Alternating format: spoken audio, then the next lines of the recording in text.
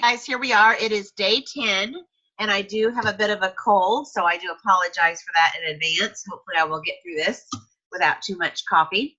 But I am excited to work with you guys today because today we're going to reiterate more importance to that 100 list that I know you guys have been working on. And I've seen that some of your guys' lists are like way above and beyond. And for you, congratulations, kudos to you. This is going to definitely come into play throughout the entire journey of your business. Now, for those of you that I saw, some of you guys posted and you were very honest. You had 20, you had 35, you had whatever your numbers were, but they weren't 100. It's okay. Good news. Because when I did my first initial 100, I didn't have 100 either. My list actually was closer to about 40 people.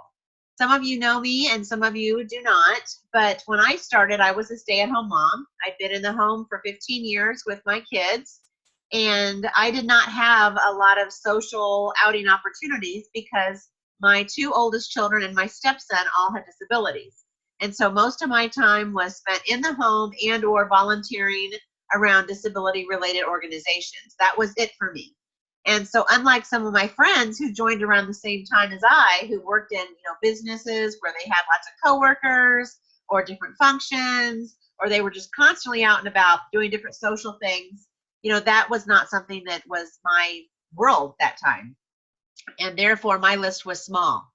And that's why I want you guys to know that your list is going to grow, and there's still hope for you, whether you had 20 people on that list or 200. I love it all because it means that all things are still possible for you. I can tell you what happened for me with my small little list is I made the most of that list. For example, just to give you an example, my hairdresser was one of the people on that list. And when I went to her, I asked her if I could put a warmer in her reception area for a few days. I was going to drop it off after I dropped my son off at his mom day out program. He was 3 at the time. And then the following Friday, I would come back and pick it up. When I went in, that one customer turned into several. Because when people came in, of course, it smelled great. They would ask her, what's that smell? She told them that I was her Scentsy lady and I brought this warmer in and left some catalogs. And if there was anything that they would like, they could just write it down on a piece of paper and she would let me know when I came back on Friday. Sure enough, she handed me 3 orders. So that one person on my list turned into 3 additional people on my list. Now, that's what's going to happen to you as you continue to work through your list and share with them that you're their Scentsy lady. You also need to be focusing on things that are going to set you apart. How do you package your orders when they come in? How are you presenting the information? How are you presenting the orders? Are you following up? Are you taking care of them?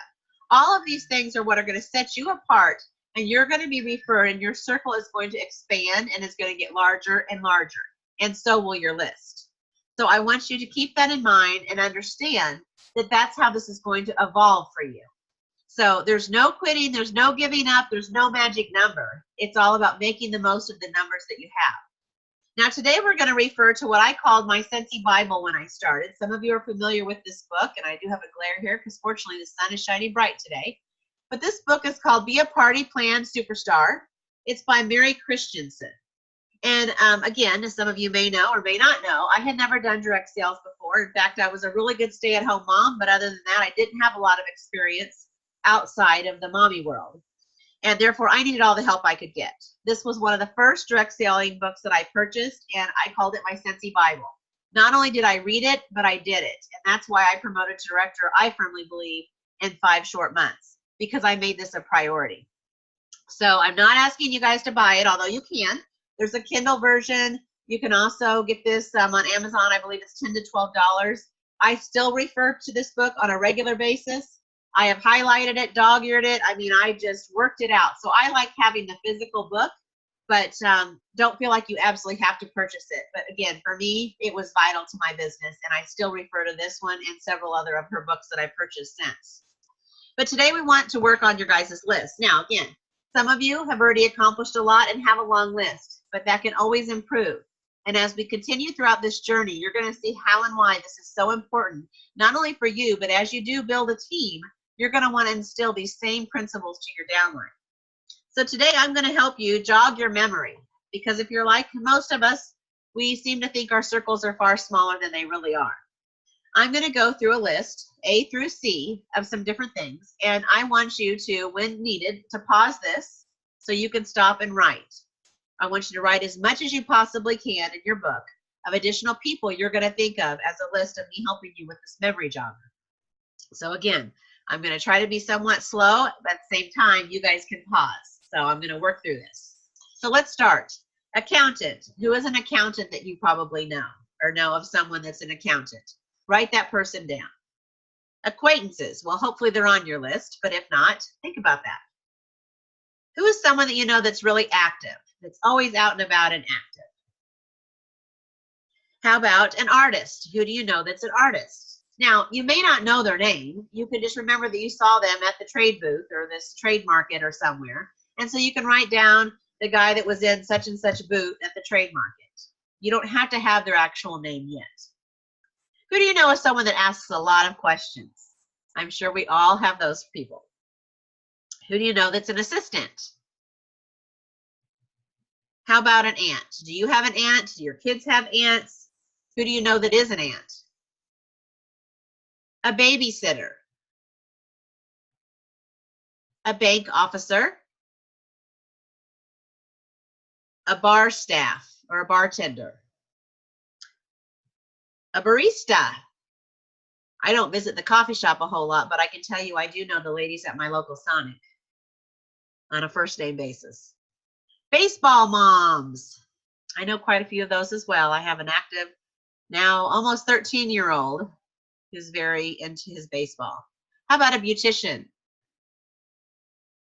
Best friends. Hopefully, again, they're already on your list, but just in case they're not. And keep in mind, these don't have to just be your best friends. They could be your husband's best friends or your kids' best friends, parents, and such. Sister's best friends. Expand that circle. I'm telling you, this is all going to work in your favor. Book club. Who do you know that's a part of a book club? Who do you know that's a boss? How about a bus driver? Again, one of my first customers she was a bus driver, and she did amazing bag parties for me in the bus barn. She did so well. I was like, you need to seriously be selling this. And you know what? She eventually did sign up. Business owners. A butcher. A cake decorator. A carpet cleaner. Someone that works for the Chamber of Commerce or is a member of the Chamber of Commerce. Charity workers. A checkout operator. Mary Christensen, by the way, is from Australia, so some of the terms are a little different. We would call them probably a cashier. Okay, cheerleaders. A chiropractor. Who's on your Christmas card list? How about church members? Classmates. Again, you may not have phone numbers for these people. That's okay. Just write their names down. A cleaner. Club members. A coach. Friends from college. Committee members. Computer support staff. Counselors. Country club members. Cousins. Co-workers. Dance club. Daughters. Daughter-in-law or multiple. Daycare providers. A delivery person. And if you don't know your UPS delivery person yet, I assure you, you will. And you want to be really good to them because they will come out to be really good for you.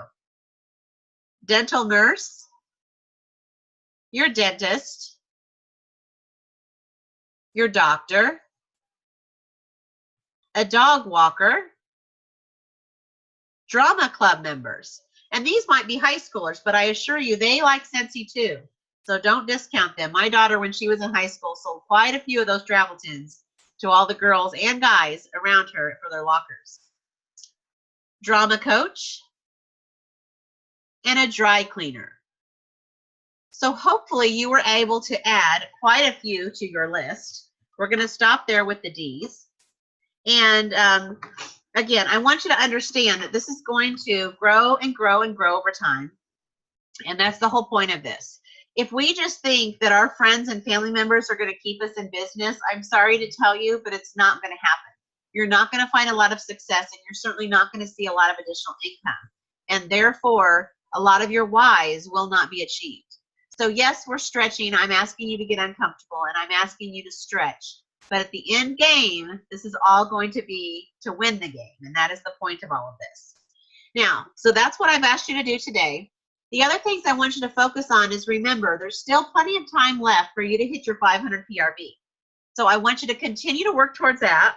Get these basket and pouch parties and such out. Continue to make contacts through your list. You're going to hear no's. That's the reality of the world. I can assure you, although not all the time, when a server asks me if I would like to have a dessert, I usually say no. And they don't cry, they don't pout, they don't throw a fit because I say no. They ask the next person and the next person and the next person. And we're going to learn to do the exact same thing. It's okay to hear no, but eventually you do hear yes. So I wanted to make sure that I go over that and make that really loud and clear. It's okay to hear no.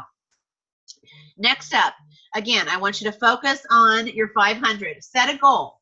Set whatever's reasonable for you. Set a goal to sell 25 PRV every single day, or 100 PRV until you get to your 500. And I assure you, if you set a goal and you make effort towards that goal, it can happen.